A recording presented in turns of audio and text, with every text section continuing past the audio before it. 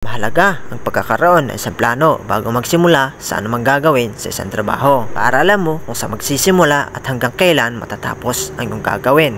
Sabado, December 7, alas 4, bumiyahe kami ng Cagayan sa Peña Blanca.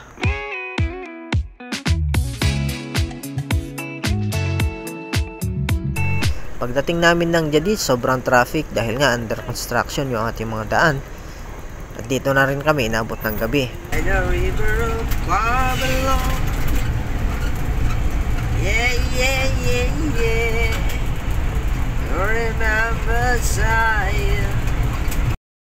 So linggo ng umaga, eto na kami, magbababa na kami ng mga iba naming gamit. Ayan. Kagabi, inisip ko lang na ito'y isang opisina, pero pagpasok ko, sa rehas na gawa sa puso mo, bilanggo. Pagbaba namin ng gamit ay pumunta muna kami ng Igig, Paris. Yan, so Igig. Yan.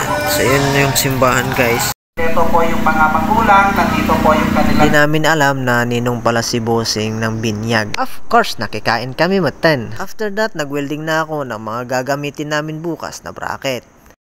So magandang morning mga kaibigan, mga tol, mga taga Cagayan. Ayan. So andito tayo ngayon sa inyo. Ayan.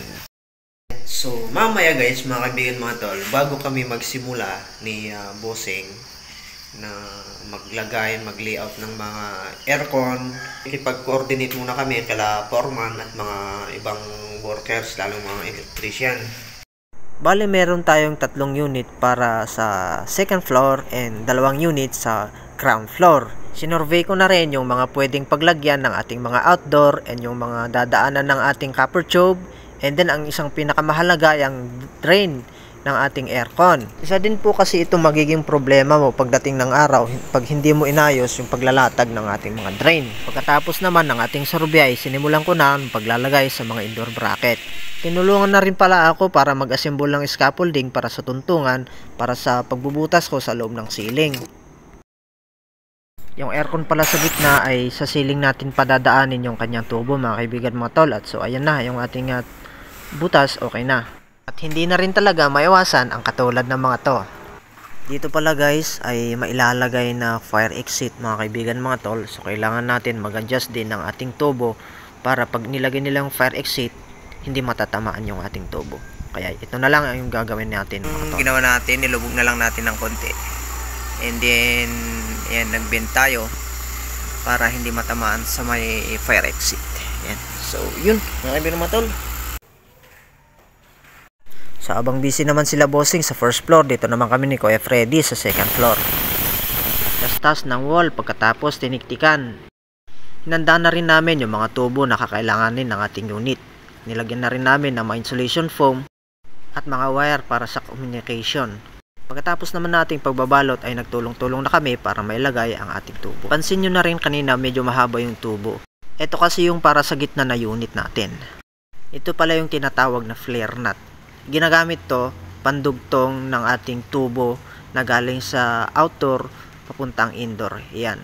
Ginagamitan yan ng flaring tools at 2 katala para panghigpit. Pagkatapos naman, inayos ko na ang kanyang communication wire para minsanan ang trabaho. Pagkatapos naman sa loob ay dito naman tayo sa outdoor unit. Same process din sa ating ginawa sa loob. Gagamit tayo ng flaring tools at 2 katala para panghigpit. Ito.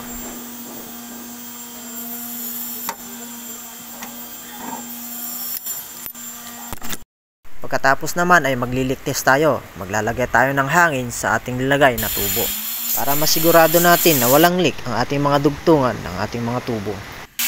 So habang naguguhit si Kuya Romel dito ay mag-vacuum muna tayo, mga kaibigan, mga tol. Bale, ito na yung last process ng ating system, ang pagbabacuum. Tatanggalin natin yung hangin sa loob ng tubo. Pagkatapos na lahat ng trabaho, ito na, mga kaibigan, mga tol, tapos na kami. Ito si Kuya Freddy. Nagtatanggal na ng alikabok at maglalagay na ng plastic. Di pa kasi tapos yung building, mga kaibigan, mga tol. Wala pang electrical at mga salamin. Hanggang sa muli, it's me your friend Katurugi here. Don't forget to like and share. See you in our next vlog. Thank you so much, mga kaibigan, mga tol.